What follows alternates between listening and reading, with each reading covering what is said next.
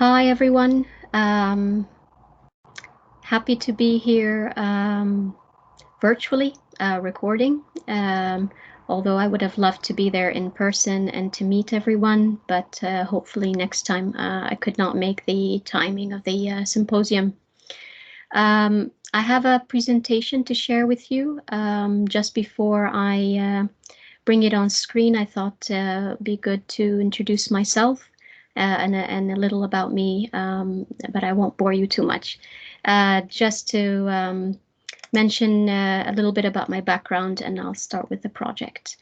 My name is Irene Riad. I'm an executive coach and leadership assessment and development consultant. I'm based here in the UK, and my work is pretty much a lot more in the Middle East, given that's where I have been doing a lot of my corporate work and where I have lived most of my life. I have about 20 years of experience with companies of various industries, including hospitality, nonprofit, automotive industry, education, consultancy, and power industry. I specialize in helping companies really identify and develop their talent. So this mainly includes setting up a career management framework, which encompasses identifying high potential talent and succession management practices so they can identify who are their next experts, who are their next leadership pipeline for their company, as well as develop global leadership capacity. So leaders who work across different cultures and different generations, that's a passion of mine. So the topic I have to share with you today is about digitalizing the learning and development function for one of the companies. I'm just about sharing here the slides. You should see on the screen coming up. Okay, so my presentation will revolve around the following topics. I'll take you through the aim of the project, for why it was given to me as a mandate when I joined this company, the approach we took to identify the learning management system that was best suited for the company, the implementation process of the first year and ongoing from there, the adoption metrics that we brought in to make sure that digitalization actually works, and lessons learned from myself when I reflected on this after implementation and looking back the years, what I have learned from that experience. So the aim of the project. So there was an aim in black, which I have here, and then some text in blue. Why is because the black is what was verbally shared. This is what the company really wanted the L&D platform to do, and succession planning came on top of it, but it wasn't the main driver, but learning and development was the main. And it was to really help the organization bring in a one learning platform, move away from traditional in-class teaching to learning that is pulled by an employee, learning that is acquired at the fingertips of the younger generation as well. And it helped the company wanted a way to be able to measure reporting easier, figure out how many people are actually doing their learning, measure progress on certain KPIs. It was being done manually, which took a long time. Data wasn't collected from everywhere. And it was always a struggle to get information and for a corporate department to be able to identify gaps and recognition for employees who actually did a lot of the learning or succeeded in passing exams and so forth. So standardizing company-wide content, policies, procedures, learning pathways, monitor progress on people's development plans. Now, when I joined, that was what they needed. And I found what was really more important for me was that this definitely is a must-have, but it's also to build learning culture, to help recognize employee through a social platform, help get employees engaged, learning, and learn from each other, and be able to inspire people from a distance on learning that is being shared, and to provide variety of learning interests. So I found, reflecting on this, it almost mirrored the abstract and concrete features of such a learning and development digital platform. The business was really focused on more of the concrete. They wanted things that clear outputs, and fair so. That's what drove the project to start. That's what provided a budget and so forth. But I think as the year has progressed, and now they're in year 2 or 3 of it, the benefits of abstract features of the LMS are standing out much more. So although we're still making the reporting, we're able to measure against KPIs, and we're able to standardize and tick all the boxes that are needed to get the operation of L&D working. It's the untouched or broadly felt benefits that really have made an impact, that really have changed how people look at learning. And I'll come to that in a bit more detail. But these soft-like features are the ones that really allowed the company to benefit most. And now that they're so happy that it's being working, that this is what's mostly talked about. So how did we go about the process of identifying this LMS? So there was obviously in the beginning a scope of work written from the business. We were the business in this situation, so HR was the business. It was our budget. It was our requirement. But we had a team that composed from HR as well as our ERP system, our enterprise resourcing and planning team. That's what we called it. It was different from IT. So it was a team that looked at how all the different platforms would be integrated into each other. So HR team across different geographies of the company came together, and a couple of members from the ERP team also took part in identifying what needed to be in this scope of work. They looked at more of the hardcore technical products and features. HR again looked at also technical from a talent, but also it's more of what we wanted the system to do for us in terms of outputs, as mentioned earlier, maybe more concrete so in the beginning than if I come to write it again, it would be slightly different or in addition to it.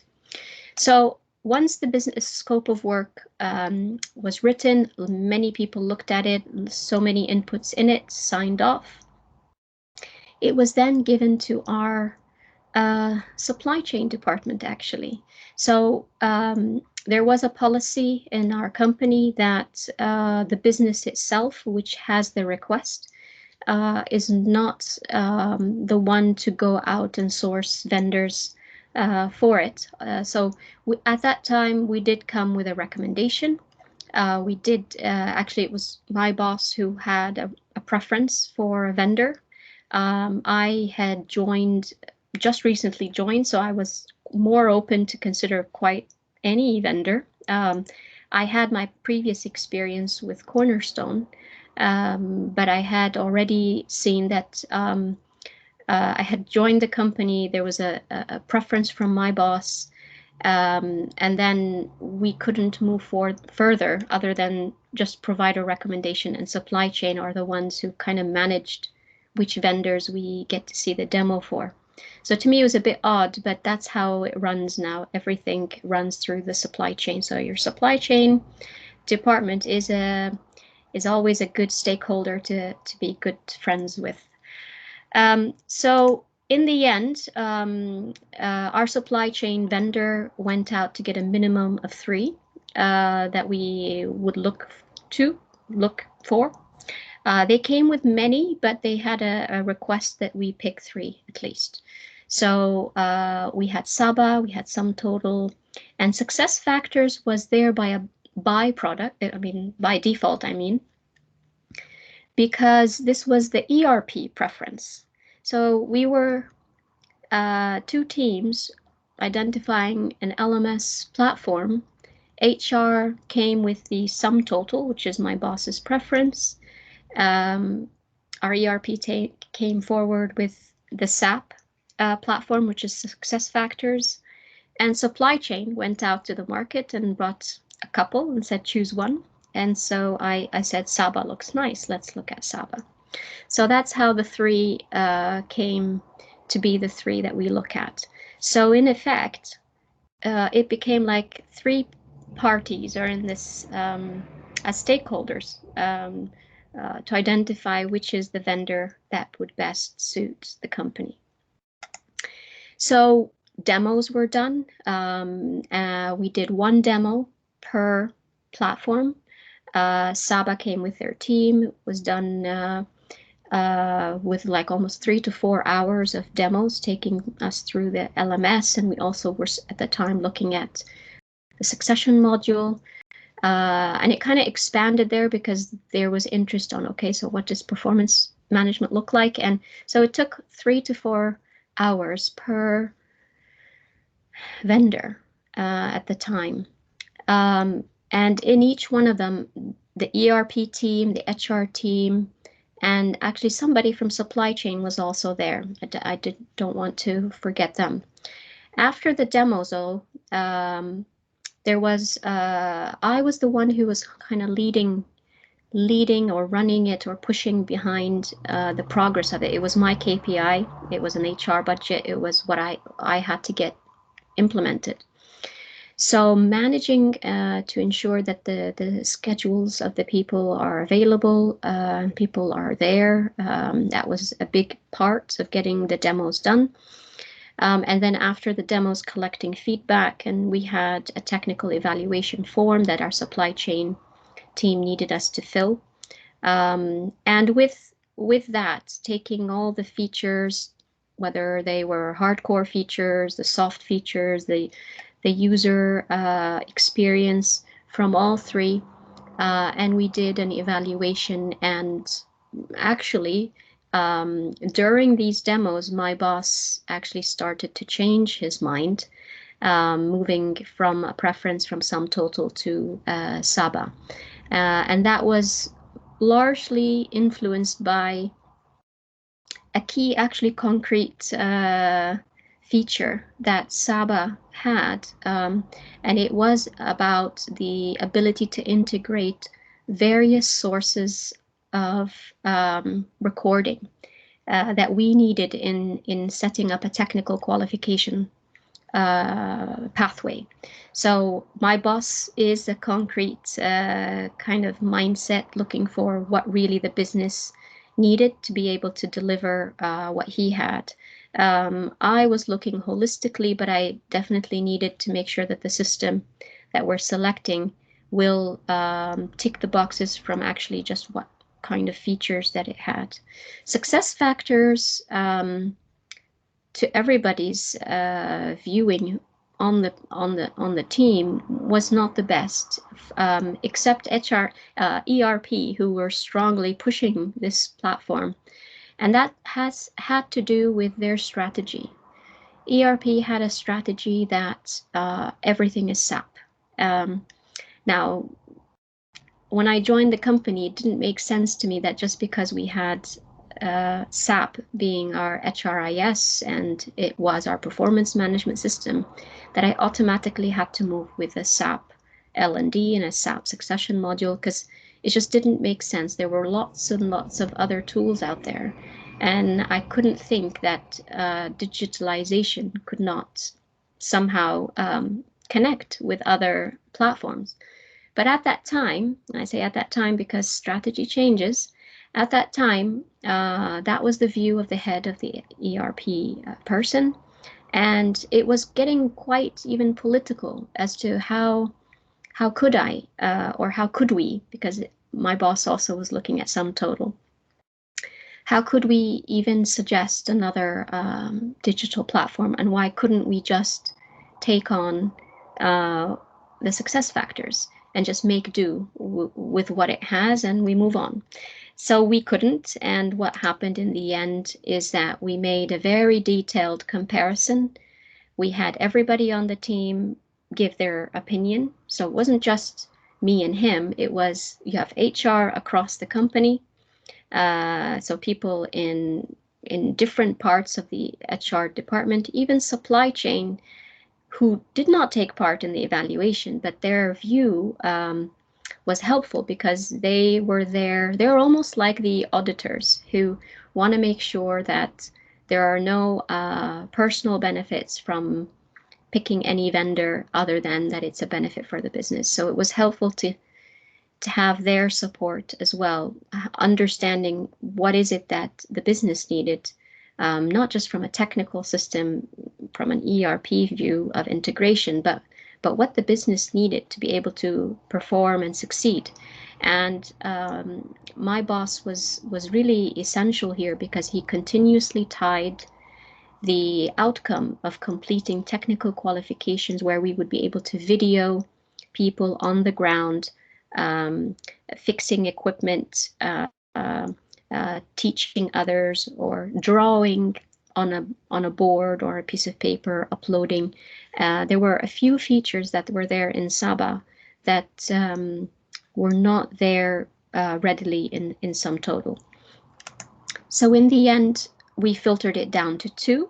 It came down to Saba and success factors. And here is where I had to play also a bit of strategy. So I drew up very specific requirement scenarios that we wanted each of the vendors to show.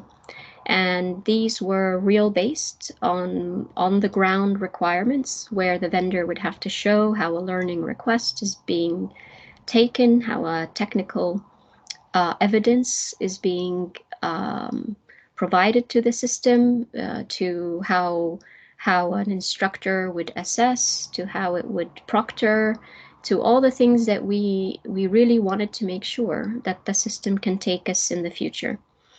And very clearly, easily, I think it was shown that Saba had a lot more features that are user-friendly, than success factors. And these final reviews were brought forward with another technical evaluation sheet that highlighted that Saba was the better option. Now, stakeholder management here is extremely important because there was a big just uproar, really. Our ERP head and our HR head had to pretty much go head to head. And we just did that through putting a business case together,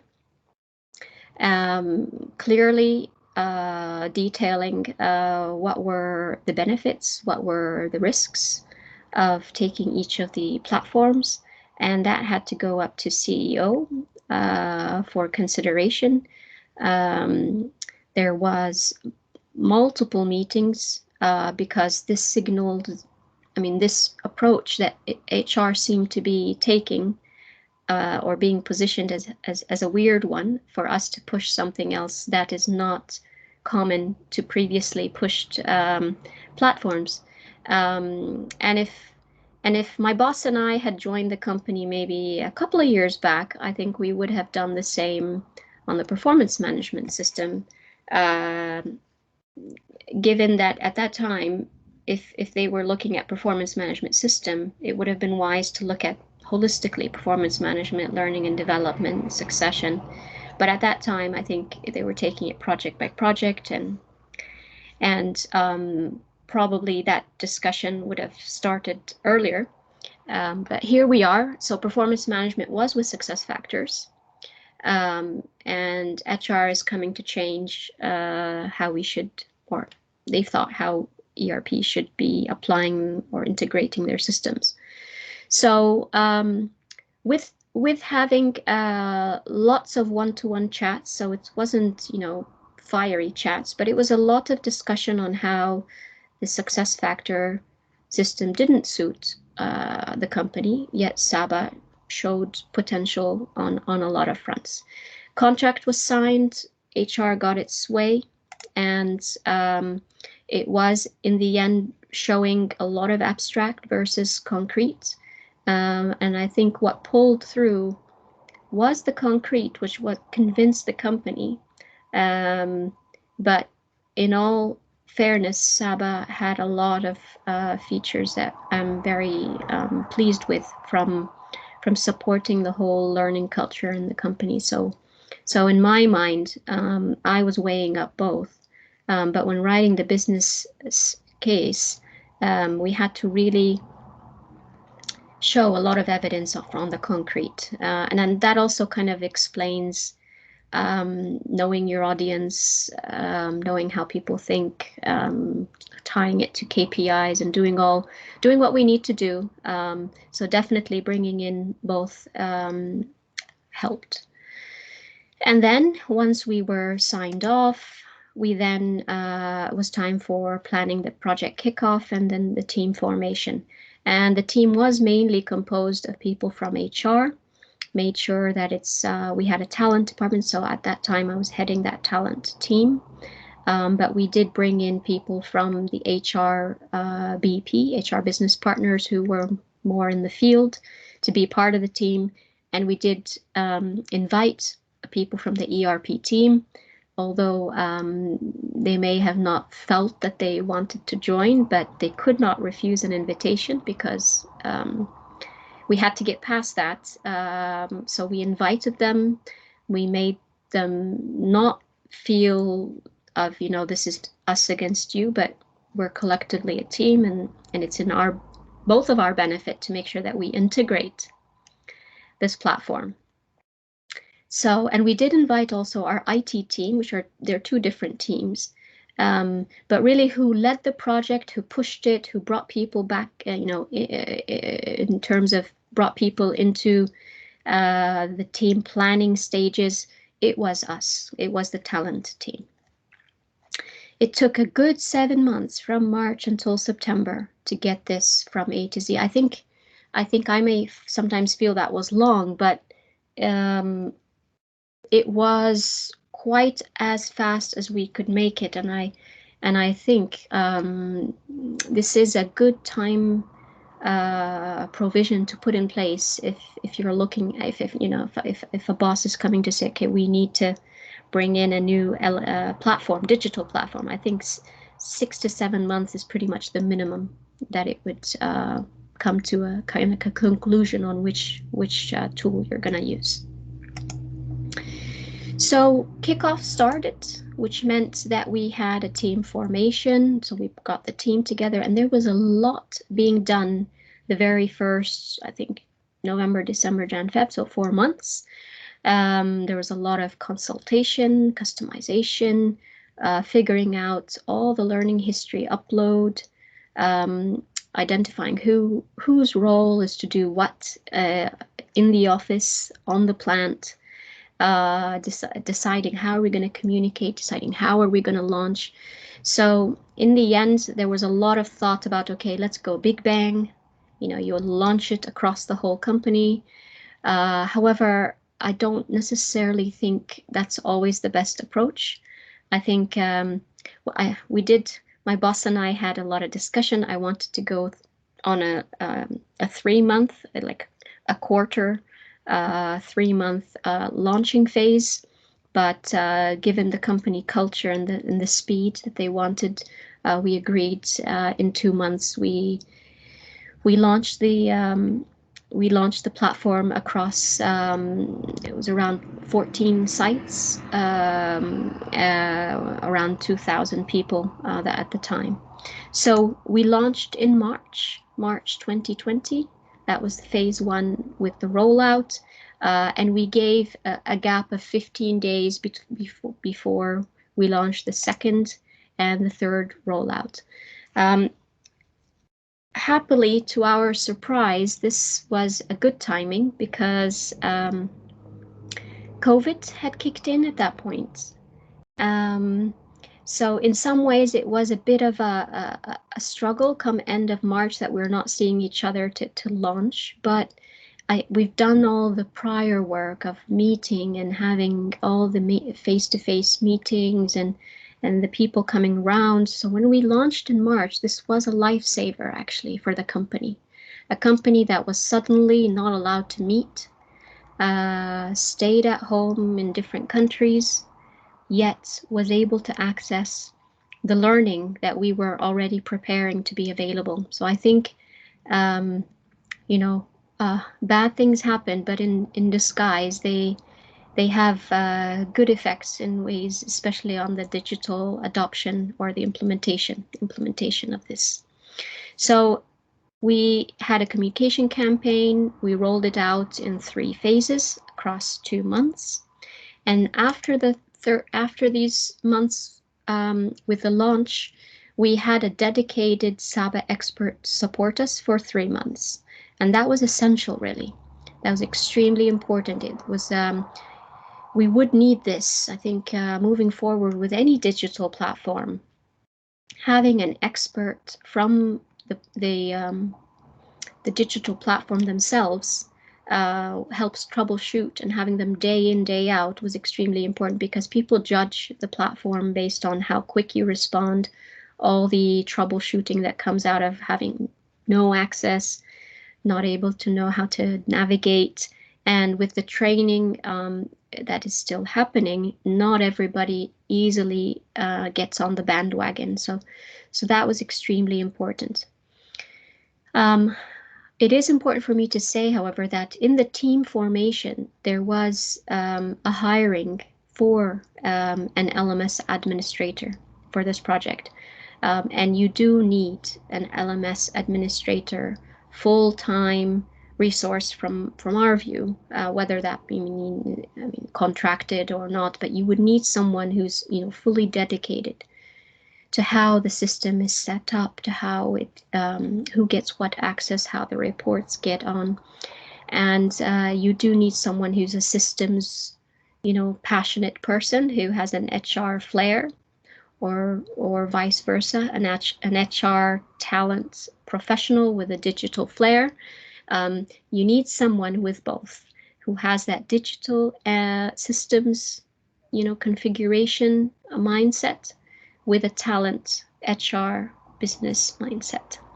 So with that LMS administrator and the Saba expert, they were like a duo that really helped support the organization rollout plans. And from there onwards, whenever we had a new plant or a new office opening somewhere, that is an ongoing process that doesn't stop. So we would use rollout plans that we had conducted for any new location. Come the end of the 3 months of all the troubleshooting, and that still goes on, but it was then time for us to start paying attention to, okay, so what is happening with where sites have had the rollout?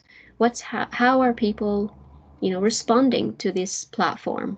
Are people able to use it? And there is where we started thinking about, okay, so now we need to start looking at adoption practices, adoption metrics. How are we going to make sure that this is just not a fad, that it really brings its value and that people really use it for the business, for employee development, for growth, and that is a process that is ongoing. And I also think here from experience that digital adoption is digitalization. So unless we have adopted adoption measures, unless we measure them, unless we show that they're growing, digitalization hasn't really happened. So it's not just about getting which system, it's about how do we ensure that people are using it more and more, people are replacing old practices with the new practices. And that also depended on us as talent to make sure that we also change our ways. So our processes were in a bit of transition phase in the beginning until we made sure that, if someone sends an email for a learning request, someone wants a report on an Excel sheet, and all these requests that have been happening ongoing, we were taking the time to make sure that it comes back to the employee or the manager requesting it from the system, from the LMS system itself. So what happened at the same time during 2020, while we were implementing, is that our company went through a reorganization. So let alone COVID, and let alone implementing a new digital platform with all the chaos that these make, there was a third kind of overarching chaos for us, was that instead of continuing as a company, we were a subsidiary, we became a business unit of the mother company. So what happened here is there a whole reorganization really of how reporting happens, how decisions are made, and a setup of now us becoming part of a bigger company, fabric and part and parcel. And what this has started to cause is some tension, because now that we have become a business unit, no longer a company in our own right with a CEO and a top team. We still had a CEO, we still had a top team, but these people now reported into another CEO and top team, corporate team. So very soon with the reorganization, they were starting to have tensions of how of another team coming in to reevaluate digital systems. So we had just launched this digital system during a year that we were now reorganizing into a new structure. And so we had a lot of scrutiny from our corporate office looking at digital systems that we used. So every digital system was being looked at, and it was being looked at with the intention of, scrapping things and starting things as they found useful for the whole company, not just our business unit. So what was happening is, while this whole implementation and onboarding and adoption of the tool, concurrently, that year, we as a business unit were being integrated in how we report and how we function. And so what happened is that from Jan and September, there was all of this, back end, let's say, between managements, the two management teams, a new kind of rules on how we were going to make decisions and how we're going to report and on how we're going to align. But in between, we were still operating as a business, as our own company in our own right, because nothing has stopped yet. I mean, until new rules are in place, the old rules are still the ones guiding the company. So so I'm just showing you what was happening while we were implementing the platform. As a module, our module was launched. We had KPIs during that year to make sure that just compliance modules were being completed, and I'll come to that in terms of adoption. But here in purple are how our mother company was moving on in changing the setup.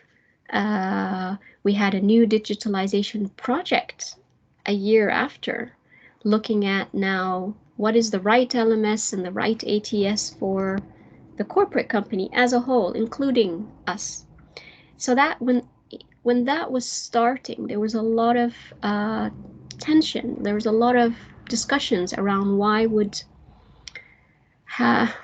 how, when. I mean, when is the right time a company, as a company, would the business, us as a business unit, change to a new LMS? And we had just introduced our own and linked lots of policies and procedures. Same time, we were on the same, train, our own train, where we had a succession module purchased as well with the LMS, and that was part of the agreement in the end that the succession module of Saba would be something that we would take when we were going through the demos as well. So we took both. So our succession module now was not due to be implemented year one, which is year of 2020, but at the end of 2020 we can start talking about it so that we can start implementing for 2021. So you can imagine a company's reorganizing in 2020 during the same year that the business unit has already, contracted the year before, so we were implementing launch, and come a few months down the line of 2020, a mother company saying, okay, we've got now a focus on digitalizing our LMS and our ATS, and we have a new chief IT officer who's hired, who wants to relook at all the digitalized systems and platforms and strategy, and a lot of, I mean, chaos could be described here, but a lot of reorganization was happening. Luckily, with lots of discussions as to when is the right time, how, and all that, there was an agreement that the LMS project was not going to be reopened, which meant that as a business unit, we can continue with our Saba selected, and that the mother company would adopt it for at least the coming 2 years, which was the, completing the contract that we had, that the business unit had with Saba. And I'm so glad that there's this common sense came into the picture, because I think for the wider good, it would have just done nobody any good if we're about to dismantle a system that we just purchased. And it's not because of budget or just even cost. I mean, time wasted really, but it's just would have caused a lot of confusion and probably just lack of faith in what management and leadership are trying to do in terms of learning. However, the project that we as a business unit had not implemented, the ATS, was halted. We were planning to go with Saba, but we hadn't reached the stages of contract signing, so that was easily halted. And a whole new, project from scratch started, and until today, that's still ongoing. So I think that there's that was where maybe we've lost our influence in terms as a business unit to be able to say that we've done this much work, since we hadn't signed a contract, and we hadn't implemented it, wasn't looked at that we've done much anything. So that was a project that went on its own path, and another team is leading it from the mother company. So until today, corporate mother company is still looking at their LMS and ATS for the company. In terms of Saba, they've accepted to go with Saba, but it's taking them some time to set up themselves. And from a BU point of view, we've moved on, and we just continue to be able to now, although take the next steps on succession module and bring that into implementation in 2021. All right, sorry, that's a mistake there. I should say March 2021. So, sorry. So what is next here? I have in line is the is what kind of work that we did for adoption. So as I mentioned earlier, when we implemented, we had to simultaneously already think about when we complete the rollout, how do we ensure this system is being used, and that it's just not another system, because there was a lot of talk in the company that, okay, here we go, another system that is being introduced. And that's also that can take us through a nice discussion, because as a company, we were not short of digitalization, but we were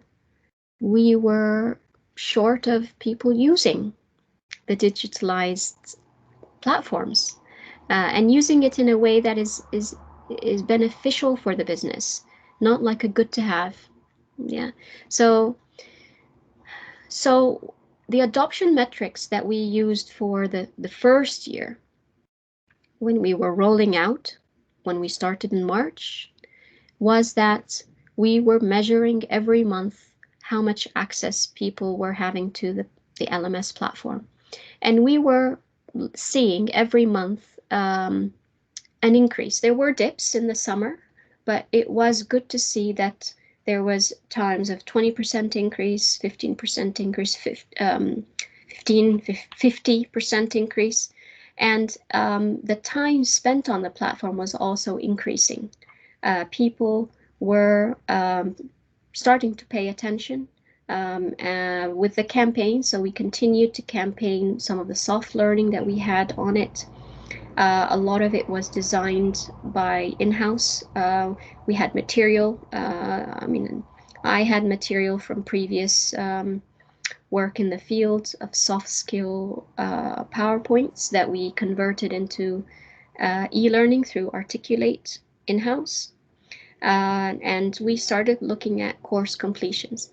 And it was in that very first year that my boss had discussions with top team management that we would have a KPI of completing 80% of our compliance.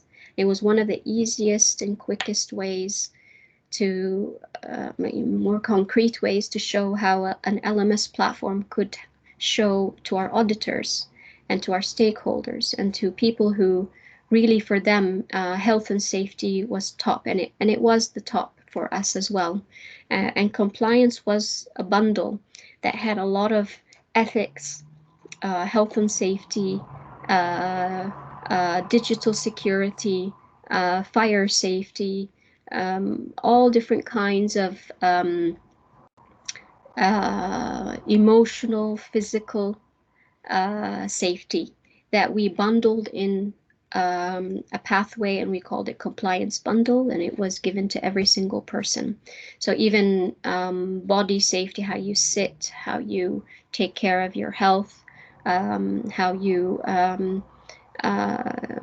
be aware of cybersecurity issues, anything and everything that had to do with health, safety, security was bundled here. And it was promoted throughout the year. every function had a goal of completing at least 80% of their compliance bundle before the year end. And this I must say, is a key requirement in adoption.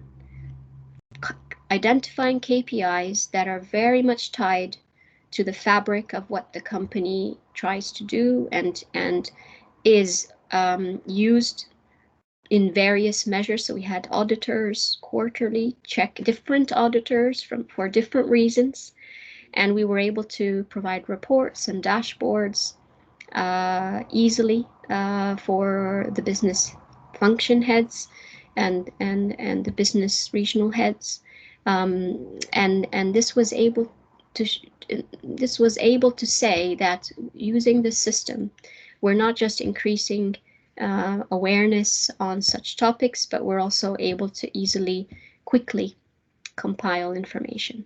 Awareness sessions continued, so we were also measuring how many people are joining the awareness sessions. It was all virtual in that year, so there was really no excuse for not being able to make any awareness session. And if you forget how to use the system, you were always going to find an awareness session to join at another time. Come next year, we wanted to increase our adoption. So we didn't want people just to go into the system for compliance reasons. And again, compliance to some had a negative connotation. I mean, it's a must kind of do, and it weren't the most interesting topics. But when we just continued to increase the topics and the soft skill courses on the platform, and we advertised them, and we made sure we communicated, but we didn't measure them. There was no force or reason other than it was of interest to an employee, and that to me actually is more a measure of adoption than when you say you must finish that or you won't get your bonus, for example. So what we started doing to encourage a recognition and to give people like another reason other than personal interest is that in addition to all three things that we measured last year, we introduced recognition badges. So we created badges internally, with our marketing team. We created a badge for the person who completed the most learning. We gave a badge on pretty much bundles that we created. So a compliance bundle, you get a badge. If you've learned a leadership bundle, you got a different badge. A technical bundle, another badge. So there were lots of badges even for completing unique courses that people may have not thought of looking at. So badges became something we used to recognize people on the platform. And another thing was that as a company, now this is currently in implementation stage, is that we're identifying a vendor that would be able to allow the employee to exchange certain vouchers or points to get a certain reward. And that we're hoping to increase even more the benefits of learning, other than feeling that you've acquired and you've satisfied in a certain topic. So things that were helping us in addition to the recognition of badges and reward scheme is that there was a new KPI, but now it's tied to specific population in the company that we wanted to make sure we're measuring competence rather than just completion. And it's a technical qualification that we had developed internally. The technical qualification is composed of 4 levels, but we had made just the KPI to say you'd need to complete up to level 2 of around 85%. So this revolved around the competence of our technical staff, which is composed of around 60% of our total staff. And we were happy we were happy that this would be something. We got the buy-in of the regional directors, buy-in of CEO, and it became has become now like a competition. Who would have the most competent number of employees? And we show this by evidence. using the features of the Saba tool, evidence that they're able to show in terms of the videos they upload and the material that they complete online, the assessors who are checking how much the technical qualification was done. All of that, there's a lot happening on developing the technical qualification, but that's part of the job. So we were bringing in visibility so that people in Oman, for example, would be recognized and would complete, those who've completed the technical qualification get a shout out, versus people in Egypt versus people in Saudi Arabia, and this helped create a competitive and a healthy a platform so that we can push the adoption further, and this certainly has really helped. Other things we started doing is that internally we've started teaching people how to create their own content. So Articulate 360, very powerful tool. I know there are other tools out there that help create content from simple material like a Word or a PowerPoint. And what has happened is that we started leading the way by doing our own content. So we all of us in talent come from the talent sphere. We have lots of content. So we've used Articulate to put around to upload a bit more dynamic e-learning material. And we started with one or two departments who came to us, who saw what we did and said, well, could you please help create this? Again, it started with health and safety. Could you please create this health and safety policy into e-learning?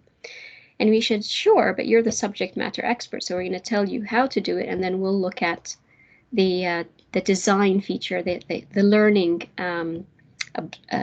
absorption,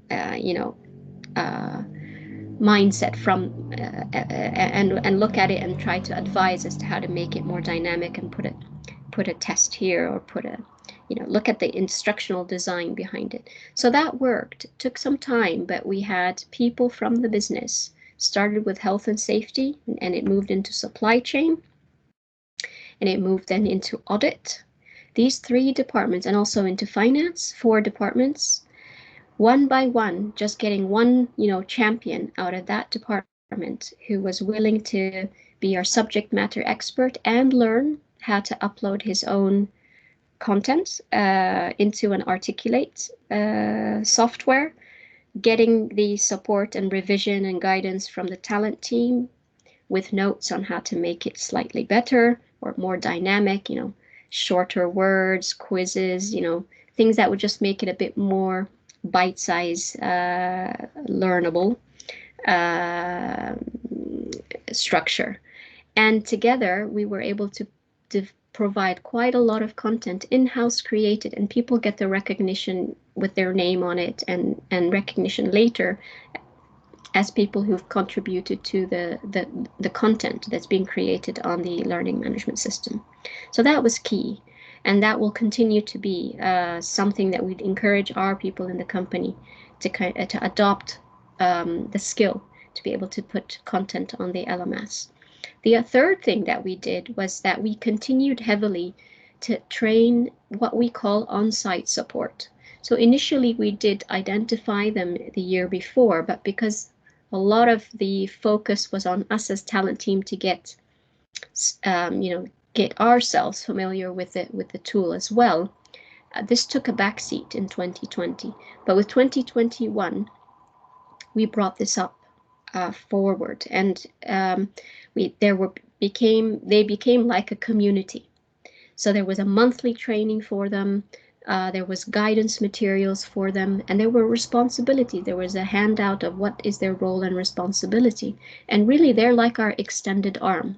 So the HRBPs were informed as to how they would, make most use of their on-site support, so that when something happens in an office, on a plant, they don't come back to the the centralized space, they would go to their on-site support. They would hold their on-site support responsible to, for example, onboard a newcomer on how to use the system, to upload learning courses or sessions that happened in the plant, or that happened far away from the eyes of others, because that helped provide more hours to their favor of training that they completed on specific plans.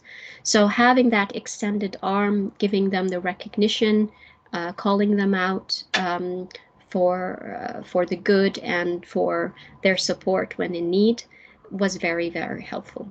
And I'm sure as the years move on, more adoption measures are needed.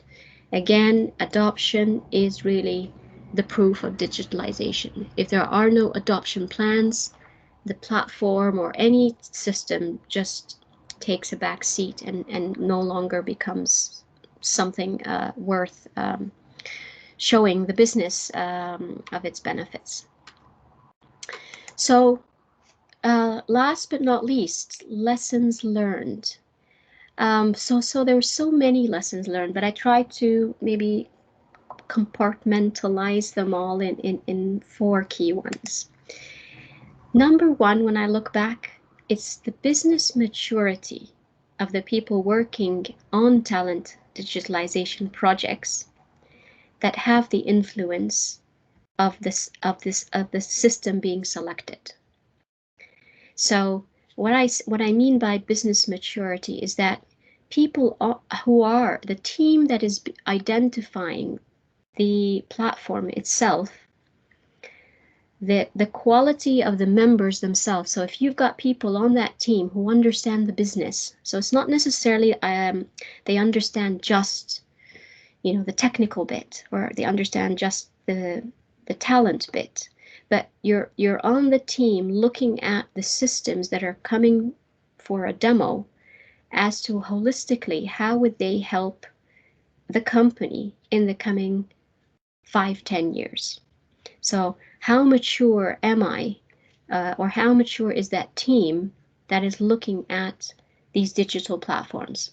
And it has a bit of, there's 2 things here that come to my mind. There's a bit of selfishness that could come in. Obviously, I have my agenda. I want this to be, I want this to be the platform because it will just help my department, versus I have my needs, but I have to also look at what is being presented to me from how it's going to benefit, the manager who's working in the office or on the plant.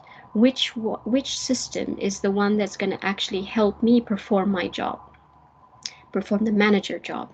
So if it's left to people who are maybe not mature enough in the business, don't understand the business much, or they themselves, they are not mature in the understanding of how everything works together, there could be a risk that a tool is being selected from a silo perspective and it benefits one department and loses the potential it has for the whole.